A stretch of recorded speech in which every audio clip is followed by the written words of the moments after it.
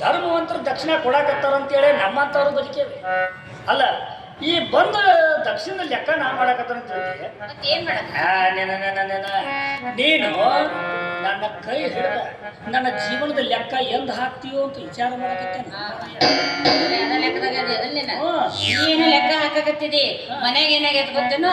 ನಮ್ಮ ಸಾದ್ರ ಮಾವದನಲ್ಲ, ನಮ್ಮ ಅವನ ಸುದ್ದಿ ತೆಗೆದು ಕಣ್ಣೀರ್ ಹಾಕ್ದಂಗ್ ಮಾಡಿ ನನ್ನ ಕಲ್ಲು ಮನುಷ್ಯನ ಕರಗ್ಸಕ್ ನೋಡ್ದ. ಅಂದ್ರ ನಿನ್ನ ಕಲ್ಲು ಮನಸ್ಸು ಕರಿಗೆ ನೀರಾಗಿ ಹೊರದು ಸಾಗರ ಸೇರಿರ್ಬೇಕ. ಎಲ್ಲಿ ಸೇರ್ತೈತಿ ನೋಡು, ನನ್ನ ಮನಸ್ಸು ಖಾಲಿ ಇದ್ರ ಹೊರದು ಸಾಗರ ಸೇರ್ತಿತ್ತು. ಆದ್ರ ಮನಸ್ಸಿನಾಗ ನೀನು ನೆಲೆಯಾಗಿ ನಿಂತಾಗ ಸೆಲೆಯಾಗಿ ಹರಿಯಕ ಹೆಂಗ ಸಾಧ್ಯ ಐತಿ? ಒಬ್ಬರೇ ಹುಲಿಯ ಮೆಚ್ಚಿದೆ ನಿನ್ನ ಮಾತಿಗೆ. ಯಾಕಂದ್ರ ಅದು ಹಂಗೈತಿ. ಯಾರಿಗೆ ತೋರಿಸಿಲ್ಲ, ನಾನು ನೋಡಿಲ್ಲ. ಅಲ್ಲ ಈಗ ನಿನಗ ಹೆಂಗೈತಿ ಏನೈತಿ ಒಂದಿಟ್ಟು ಗೊತ್ತಾಗೈತಿ. ನನಗೆ ಹೆಂಗ್ ಗೊತ್ತಾಗೈತಿ? ಅದು ಯಾರು ಹೇಳಕ್ ಬರ್ತೈತಾನೆ? ನಿನಗೆ ಹೆಂಗಾಗಿತ್ತಲ್ಲ ಹಂಗ ನನಗಾಗೈತಿ. ಅದನ್ನ ಬಾಯಿಂದ ಹೇಳಕ್ ಬರಂಗಿಲ್ಲ.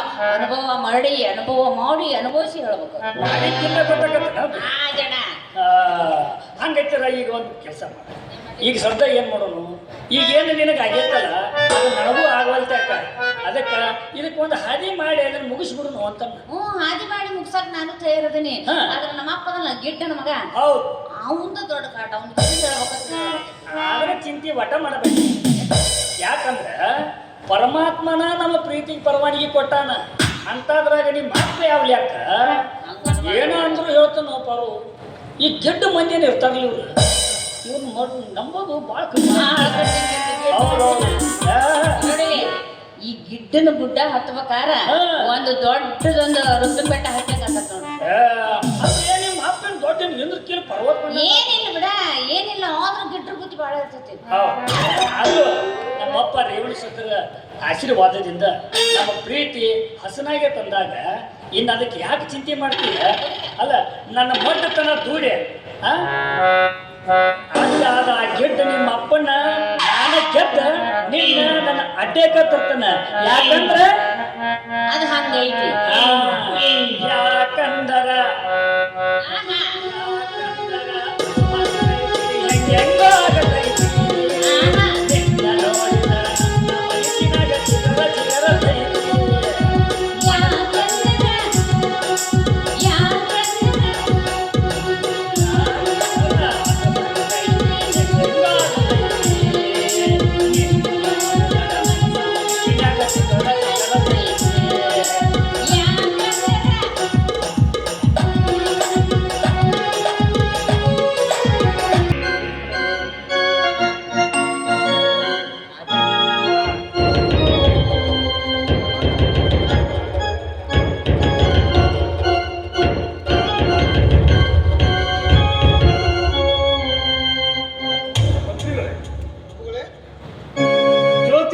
ಖಡ್ಗದ ವಿಷಯ ಹಿಡಿದಾಗಿದ್ದ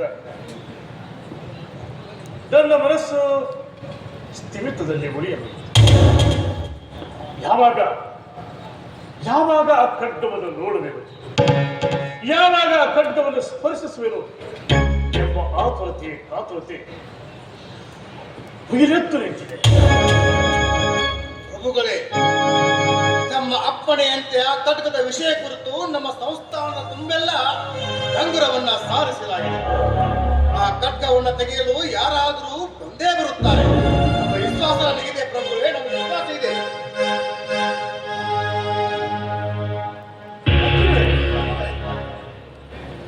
ರೇವಣಿಸಿದ್ದರು ಸಿಕ್ಕಿದ್ದರೆ ನನ್ನ ಚಿಂತೆಯನ್ನು ಕ್ಷಣಾಂತರದಲ್ಲಿ ದೂರ ಮಾಡಿಬಿಡುತ್ತದೆ ಅಲ್ಲವೇ? ರೇವಣಿಸಿದ್ದರನ್ನು ಬಿಡಿಸುವುದಕ್ಕೋಸ್ಕರ ನಮ್ಮ ಭಟರನ್ನೆಲ್ಲ ನಾಡಿ ತುಂಬಾ ಬಿಟ್ಟೆ. ಎಲ್ಲಿಯೂ ಸಹ ಅವರ ಸುಳಿವು ಸಿಗಲಿಲ್ಲ ಪ್ರಭು.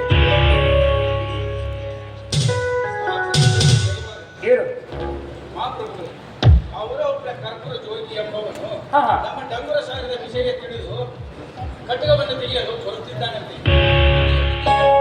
ಹೌದೇ? ಬಹಳ ಸಂತೋಷವಾಯಿತು. ಮಂತ್ರಿಗಳೇ, ಆದಷ್ಟು ಬೇಗನೆ ಹೋಗಿ ಅವರ ಅಪ್ಪಣೆಯಂತೆ ಕರೆದುಕೊಂಡು ಬರುತ್ತೇವೆ ಪ್ರಭು.